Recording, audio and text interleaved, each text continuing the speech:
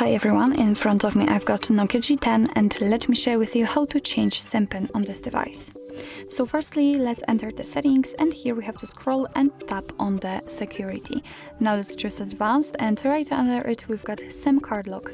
Here we've got the option change SIM pin, so this is the option we are looking for. Just tap on it and as you can see right now we have to enter our old SIM pin, the current one, so let me do it. Tap on OK. And right now we can enter the new one, so let's enter the new pin and here we have to re-enter it in order to confirm.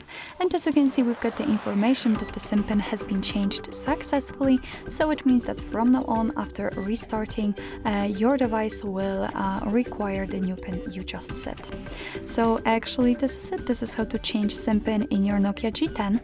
Thank you so much for watching, I hope that this video was helpful and if it was, please hit the subscribe button and leave the thumbs up.